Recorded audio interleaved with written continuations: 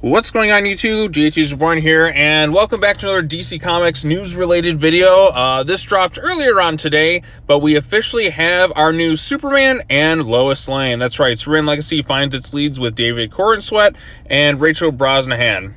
The duo will star as Clark Kent and Lois Lane in James Gunn's upcoming film.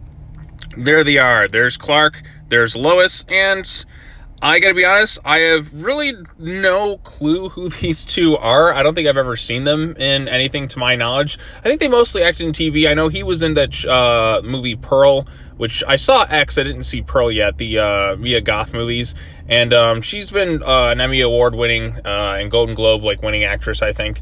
So apparently they crushed their screen test. I mean, David looks a lot like Superman. Like, when you look at that guy, he was a very popular fan casting for the role. I think I saw maybe a clip of him on Twitter, and it definitely gave off some Clark Kent mannerisms. And in terms of Rachel, I heard nothing but really good things about her. And just, I know some people who I'm friends with were telling me, yeah, she's really good on whatever show she's on, and I think she'd be kind of perfect for Lois. I even saw a tweet where somebody manifested this casting back in 2020. So there you go. So we now have our new Lois and Clark to take over for Henry Cavill and Amy Adams. Well, also technically Tyler Hoechlin and Elizabeth Tulloch from Superman and Lois, but that's a little bit different because that's television. But in terms of the movies, this is our new Clark, this is our new Lois, and I'm very much looking forward to seeing what they bring to the table. There was a long process. I heard Nicholas Hoult was also up for the role of Superman, but he lost it again, just like he apparently lost the role of Batman. So I kind of feel bad for the guy. He lost out on Batman and Superman, but who knows? Maybe he'll be the new DCU Batman, or maybe he'll getting constantly thrown aside for Batman and Superman means he'll be the new Lex Luthor. Although I've also heard that Bill Skarsgård and Alexander Skarsgård are also up for the role of Lex Luthor. How crazy would that be? You have two brothers both up for the role of Lex Luthor. So I think that's a really cool kind of crazy stuff right there.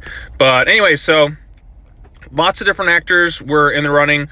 Emma Mackey, Phoebe Diver, but yeah, so I guess that's kind of the gist of it all. A lot of things are very up in the air with DC right now. The Flash movie isn't doing quite so well. I know James Gunn's writing and directing this thing. He hasn't made a truly bad comic book movie in my eyes. Now, I'm not a huge fan of Guardians of the Galaxy Volume 2. It's not really for me, but I don't think it's an awful movie. There's a few redeeming qualities. I quite like 3 more than I did the first one, even more so than the second one, obviously. And I really like the Suicide Squad and Peacemaker. But Superman has a lot more expectations than those other films do.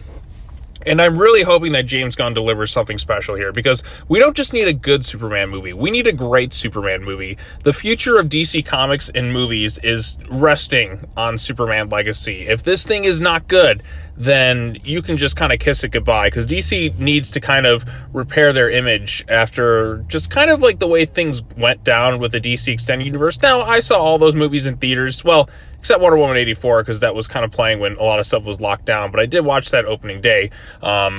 It definitely needs kind of some redoing, because a lot of this was just kind of in a messy state, if you will. It needs a bit of a clean slate to kind of go forward and in a positive, more interesting direction. It needs a more cohesive vision.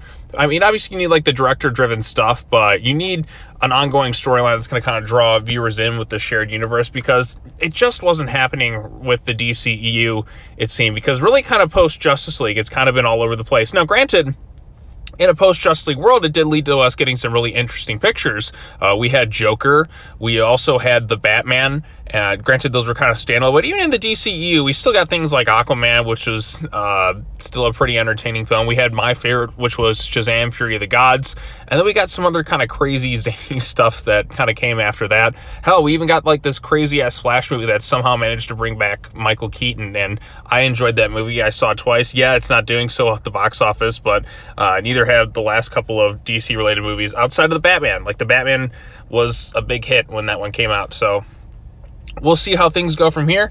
I wish these actors well. I think, even though I really liked Henry Cavill, and I feel like Amy Adams didn't quite bring it as Lois the way I would have thought, because she is a very talented actress, but she didn't quite have that persistency. She didn't have that spark that Lois Lane has, that you'd expect her to have in those movies.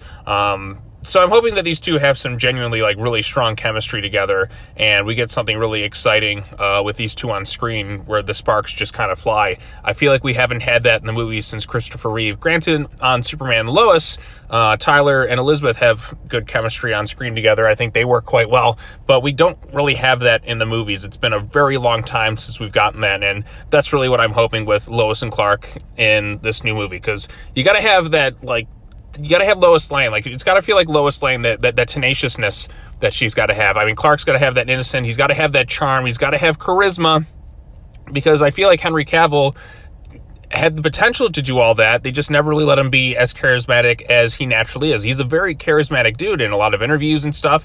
Even in the 2017 version of Justice League, where he had the horrible CGI face, he showcased a lot more charisma and charm than he was not, because he wasn't really allowed to do so, I felt like, in the later Zack Snyder DC movies. But I feel bad for the guy. I really wish he would have gotten the chance to shine in another Superman movie before we did this reboot. But unfortunately, they're going to have to just kind of have to rip the Band-Aid off at some point. I think because of DC, where they're at in their place, I think letting everything kind of sit before, like, if they would have rebooted a few years ago, it wouldn't be as bad as it is now. But it was kind of weird, because they had some successes somewhere, and then they had some not so successful stuff here. They're kind of in a weird state where they just didn't really know what to do. Maybe we can salvage it, but at this point, you kind of have to do a bit of a fresh start with things. But we'll see how things go from there. Looking forward to seeing Superman Legacy. Hope James Gunn delivers. Hope David does well, and I hope Rachel does well. Now on to the rest of the casting. But anyways, if you have any thoughts on this casting, let me know in the comment section down below. Be sure to like this video, share it with your friends, subscribe to the YouTube channel for more content, hit the bell for notifications, all that other fun stuff. And I will be back probably tomorrow with my other Detective Comics review, and then some other videos will come out this week, I'm sure. I got to see Indiana Jones, and then there's also another movie I'm going to plan on seeing. So look forward to all of that stuff. All right, well, that's all I have to say. As always, take care now. Bye-bye then, and I will see you all in the next video. Peace.